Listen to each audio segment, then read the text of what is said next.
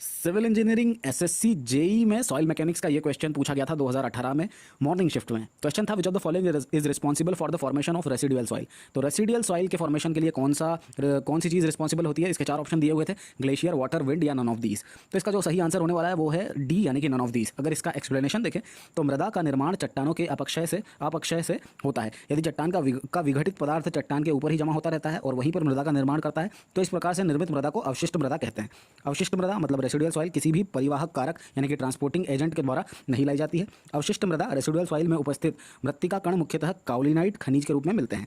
जबकि जल द्वारा लाई गई मृदा जलोढ़ मृदा कहलाती है। वह जलोढ़ मृदा जो समुद्री की तल में पाई जाती है उस मृदा को हम मरीन सॉइल कहते हैं। झील की तल में पाई जाने वाली सॉइल को हम लेकस्टरीन सॉइल कहते हैं। और वायु द्वारा लाई गई पवन जो सॉइल होती है उसको हम पवन के द्वारा उसको एओलिन सॉइल कहते हैं। और गुरुत्वाकर्षण ग्रेविटी के कारण जो सॉइल लाई जाती है उसको हम कल्यूवियल सॉइल कहते हैं। सिविल इंजीनियरिंग सॉइल मैकेनिक्स का ये क्वेश्चन डीएमआरसी जेई 2017 में पूछा गया था शिफ्ट 2 में।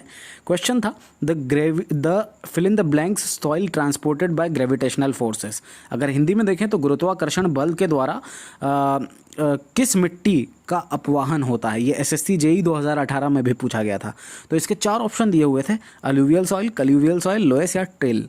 तो इसका सही आंसर जो होने वाला है वो होने वाला है बी यानी कि कल्यूवियल सॉइल। और अगर इसका एक्सप्लेनेशन देखें तो वो मृदा जो चट्टानों के विघटन के दौरान लुढ़कते हुए काफ़ी दूर गुरुत्वीय बल के द्वारा चले जाते हैं और एकत्रित होते रहते हैं। इस प्रकार से निर्मित मृदा को समूढ़ मृदा यानी कि कल्यूवियल सॉइल या निपेक्ष मृदा कहलाती है। इसका एग्जाम्पल जो है वो टेलस होता है। कल्यूवियल सॉइल का एग्जाम्पल टेलस होता है। सिविल इंजीनियरिंग सॉइल मैकेनिक्स का ये क्वेश्चन एसएससी जेई 2018 में इवनिंग शिफ्ट में पूछा गया था। क्वेश्चन था which of the following bond is responsible to combine the silica gibbsite sheet in kaolinite clay mineral. अगर इसका हिंदी में मतलब देखें तो निम्न में से कौन सा बंधन केओलिनाइट मिट्टी खनिज में सिलिका गिप्साइड फलक संयोजित करने के लिए उत्तरदायी होता है। इसके चार ऑप्शन दिए हुए थे, covalent bond, hydrogen bond, ionic bond या पोलर कोवेलेंट बॉन्ड। तो इसका जो सही आंसर होने वाला है वो होगा बी यानी कि हाइड्रोजन बॉन्ड। अगर इसका एक्सप्लेनेशन देखें तो हाइड्रोजन बंधन केओलाइट मिट्टी खनिज में सिलिका गिप्साइड फलक संयोजित करने के लिए उत्तरदायी मानी जाती है। केओलिनाइट खनिज की क्रियाशीलता मतलब एक्टिविटी 0.4 से 0.5 के मध्य होती है, जबकि मोंटमोरिलोनाइट खनिज की माप सबसे कम होती है। मोंटमोरिलोनाइट की क्रियाशीलता 1 से 7 के बीच में होती है तथा इलाइट खनिज की क्रियाशीलता 0.5 से 1 के बीच में होती है। एसएससी जेई 2018 में सिविल इंजीनियरिंग का सॉइल मैकेनिक्स से ये क्वेश्चन पूछा गया था। क्वेश्चन था for which of the following soil plasticity index is maximum. Hindi में देखें तो निम्न में से कौन सी मिट्टी के लिए सुघटयता सूचकांक अधिकतम होता है। इसके चार ऑप्शन दिए थे, क्ले, कॉबल, ग्रेवल या सिल्ट। तो इसका सही आंसर जो होने वाला है वो होने वाला है क्ले यानी कि ए हमारा सही ऑप्शन होने वाला है। अगर इसका एक्सप्लेनेशन देखें तो मृत्तिका जो क्ले होती है उसकी सुघटय गुण सिल्ट, बालू, ग्रेवल इत्यादि की अपेक्षा अधिक होती है। 0.002 mm से महीन कणों को क्ले मतलब मृत्तिका बोला जाता है। यह अत्यधिक महीन होने के कारण इसकी पारगम्यता सबसे कम 10⁻⁻6 सेंटीमीटर पर सेकेंड से भी कम होती है। अर्थात क्ले को अपारगम्य मृदा भी कहा जा सकता है। क्ले में ससंजन का गुण होने के कारण उसमें ऊर्णी संरचना पाई जाती है। एलएमआरसी जेई 2018 में एक question civil engineering soil mechanics से पूछा गया था। क्वेश्चन था specific gravity of a soil constituent hematitis. इसके चार ऑप्शन थे, 2.3 से 2.4, 3.1 से 3.25, 4.05 से 4.15 या डी 5.0 से 5.3।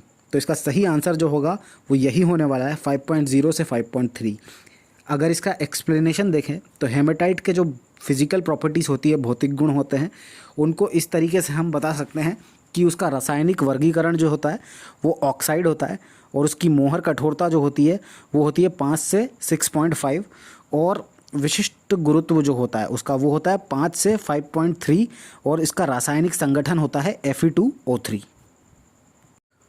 डीएमआरसी जेई 2018 में ये क्वेश्चन पूछा गया था। क्वेश्चन था लोम इज़ अ मिक्सचर ऑफ। लोम किसका मिश्रण है। तो इसके चार ऑप्शन थे, sand, silt and clay, clay and montmorillonite, clay and silt या ग्रेवल एंड रेड क्ले। तो इसका सही आंसर जो होगा वो होगा ए, यानी कि सैंड, सिल्ट और क्ले। लोम इन तीनों का मिक्सचर होता है।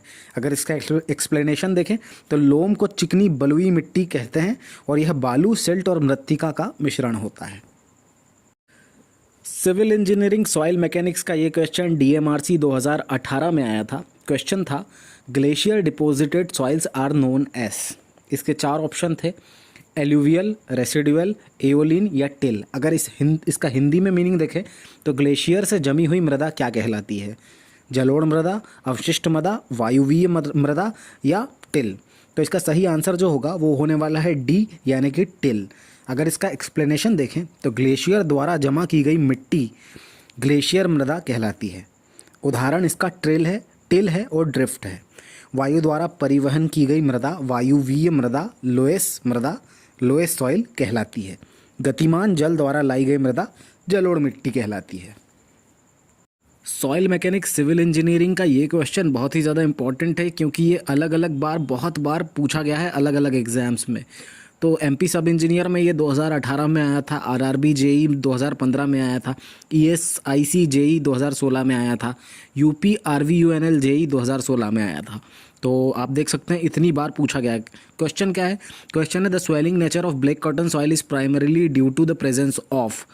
इसका मतलब क्या है? काली कपास मृदा की फूलने की प्रकृति मूल रूप से किसकी उपस्थिति के कारण होती है? तो इसमें 4 ऑप्शन दिए हुए रहते हैं, मोंटमोरिलोनाइट, काउलिनाइट, इलाइट या वर्मिक्यूलाइट। तो इसका सही आंसर जो होगा वो होगा ए, यानी कि मोंटमोरिलोनाइट। अगर इसका एक्सप्लेनेशन देखें तो काली कपास मिट्टी अपने रंग के कारण ही काली मिट्टी कहलाती है। यह मृदा पानी के संपर्क में आने पर फैलाव और सूखने पर संकुचन इसका अपना विशेष गुण होता है।